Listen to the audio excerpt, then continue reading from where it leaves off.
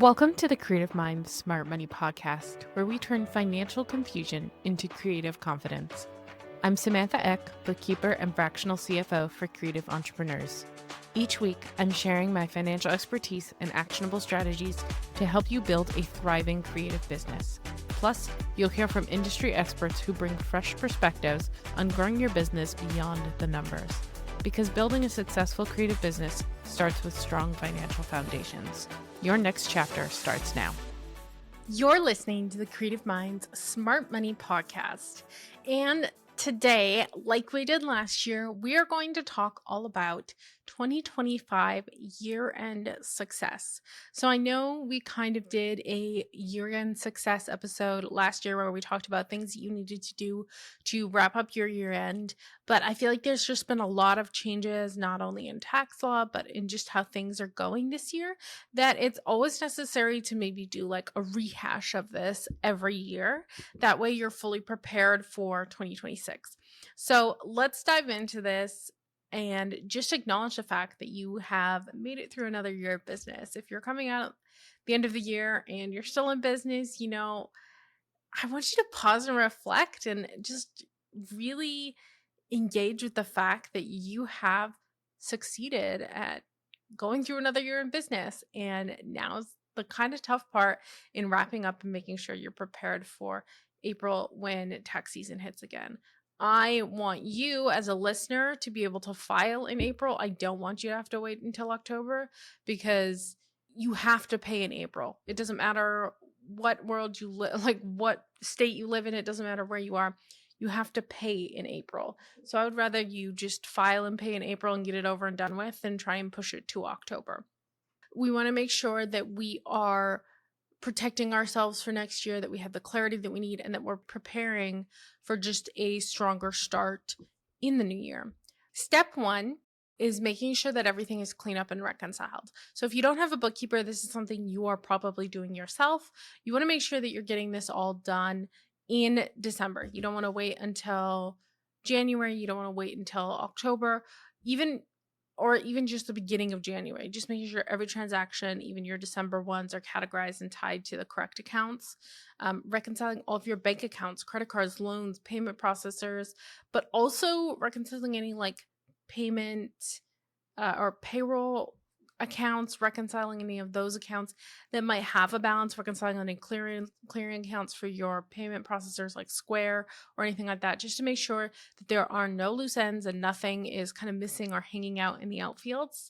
And then double checking for that missing income, any sort of duplicates, any personal expenses that are mixed in, or any uncoded expenses. So obviously, if you do have a bookkeeper, this is all done for you. They already have done this for you throughout the year. So this isn't a lot of panic, but I don't want you to have to wait until like April and then try and cram it all into 10 seconds and be like, oh, okay, I made this much last year.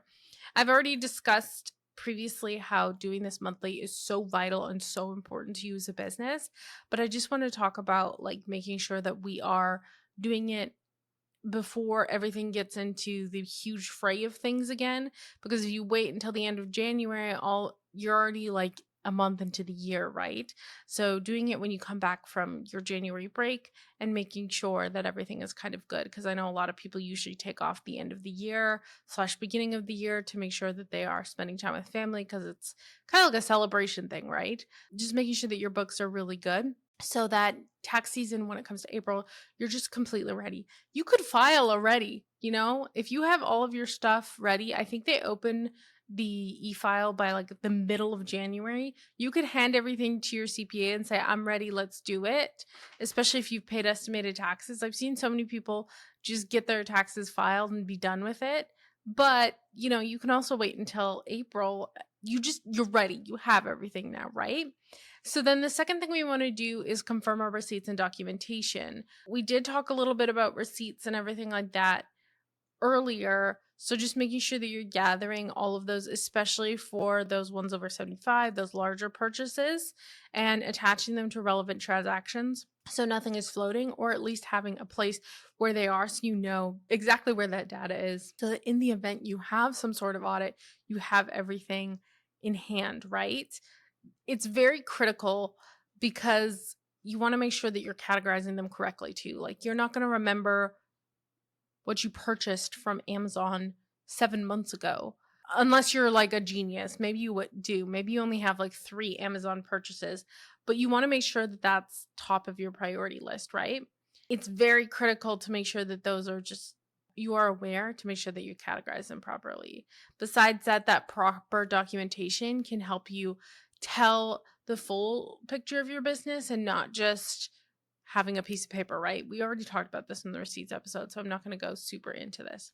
The next thing you want to do is really a reflection. So we're going to go deeper into a couple of these categories over the next coming weeks. A lot of the episodes coming up for this December are year-end / reflection / preparing for next year, because I feel like December is the perfect time for us to kind of take a step back from all of the financial strategy that we've been building up through the year and really focus on what we're doing as a business and how we want to grow. So I want you to pull 2 reports, a profit and loss and a balance sheet for the entire year of 2025. And this is all of 2025. And I want you to compare that to 2024 and just ask yourself, as a year over year, like as a big picture, what changed? Where did your revenue shift? What expenses went up and why? And I want you to analyze that and ask those questions. We're going to go deeper into that in the coming weeks. So I'm not going to really touch on a whole lot here, but one of the things we're going to want to look for is emerging patterns. Maybe something grew faster than expected. Maybe, software subscriptions crept up. Just really looking at everything and not judging yourself, just using that as a complete picture so that you can grow from it and understand it and make the necessary changes that you want to make to 2026 data, okay?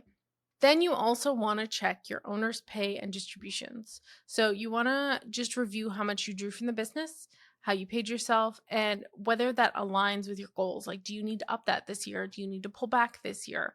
Just making sure that your draws and your distributions were recorded separately, that they were recorded as an owner's distributions and not expenses. For S Corps, verifying that you had reasonable compensation, because that's very important. We've talked about that. As an S Corp, you need to make sure that you have reasonable compensation. So just reviewing that, and then just asking again if you are properly paying yourself, or is the business kind of like holding you back from paying yourself? Like, what do you need to do to pay yourself better? Because this then sets up a conversation for yourself to make sure that you're paying yourself properly whenever it comes to 2026. Our next step is preparing for taxes. So getting everything now and making sure that you have this all is going to be so vital in April, so that you can literally just pass everything off to your tax person. Even if you want to pass it off now, like I said, and wait to file till April, it'll just be so important. So first of all, outstanding W-9s and getting your 1099s.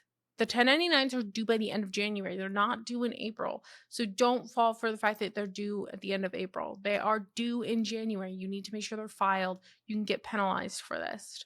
So collect any W-9s from contractors and get those 1099s out. Review your sales tax and payroll filings to make sure everything is filed through December. In fact, download those as well as any W-2s that you might have. Gusto, Paychecks, Rippling, whatever you use will have some sort of end of year payroll package that you can download and then keep in your files. That way you can upload it later, okay? And then, of course, estimating your tax savings. So how much did you set aside for Q4, or how much do you need to set aside for April to make sure that you are paid up and you won't owe anything? Once you're done and everything is good, send your finalized books to your CPA before the end of January if possible. That way you can go into next year prepared. You're not behind. At the end of January, you've kind of got all of that done. Again, you don't have to file in April. If you want to push it to October, you can, but at least your CPA has your finalized books. You're good to go. You know what I mean? So I want to talk about a couple of things that have changed over this year, including some different tax laws and things like that. And if you guys see me kind of like looking to the left here, for those of you who are watching me on YouTube, I am just looking at some of my notes that I wrote down. So I want to make sure that I'm giving you guys accurate data, okay? So first of all, the standard deduction and the joint filing deduction have rose. The standard deduction went up to $15,000, which is $400 more, and then the joint filing went up to $30,000, which is $800 more. Head of household also rose to $22,500. So we just want to make sure that we're aware of that, because as single member LLC / sole proprietors, that does affect us a little bit more. Of course, your standard deduction means that you could end up getting money back, because if you're not deducting like individual things, then obviously that $30,000 is going to help a little bit.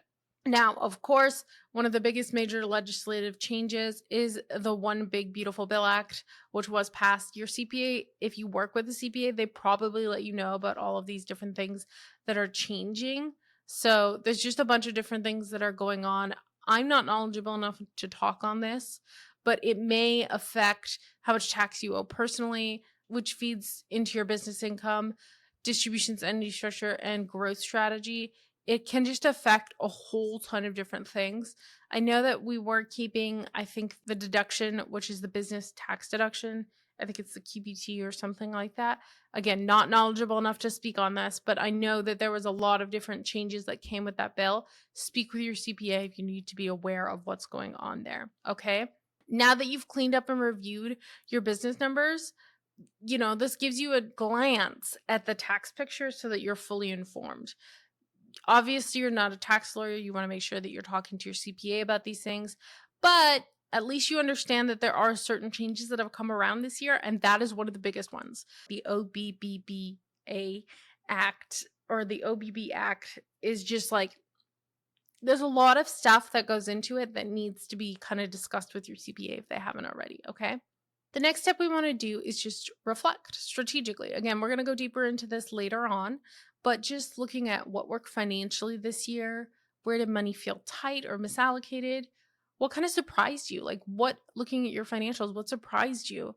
And then based on the clean numbers, what are 2 to 3 metrics that you want to track going into next year? Do you want to track your owner's pay ratio, gross margins, things like that? So you want to just make sure that you're keeping track of all those different things that are going on. Now, the last thing that I want you to do is just take a moment to pause and celebrate all your wins. Whether it was your revenue milestone, whether it was a process that became smoother and just like overall was a better year for you, or simply that you finished out the year like super, super strong. Just make sure that, everything that you've done to clean up this year end and make sure that you've got your books completely ready, it all counts. It's part of running a business and running it properly. So next year, if you haven't already and you're scrambled to get everything caught up this year, make sure that you set aside time monthly to do this so that at the end of the year, it's kind of just a really quick wrap up, and then you're ready to go for the next year. Now, obviously, again, there are going to be some big changes that happen every year. I will try and become knowledgeable about what changes. I'm not knowledgeable about tax law, but I am knowledgeable about certain things, and I want to make sure that you guys are prepared for that, okay? So when you clean your books and reconcile everything and prep for the taxes before the next year, that just means you're just going to be fully prepared and ready to go, okay? And if you are the type of person who's like, I don't have time for this, Samantha, the beginning of the year is just an insane time for me, reach out. Let's chat. Let's chat about how I can help you, whether that's just doing a year-end strategy session and we just talk about your numbers, whether that's me cleaning up your books or getting you caught up. We want to make sure that you start 2026 off on the right foot. As always, if you guys enjoyed this episode, please make sure to like it, share it, comment, subscribe, share it on social media so other people like you can find it and we can also enjoy all these episodes together. The podcast has been booming lately and I'm so excited to meet all of these new faces and all of these new people, and I'd love to hear from you about what more you'd like to hear in 2026. So leave me a comment, shoot me an email, whatever it is, and let's chat a little bit about that. Otherwise, I do wish you guys the best week ever, and we'll see you next week. Farewell, fellow travelers.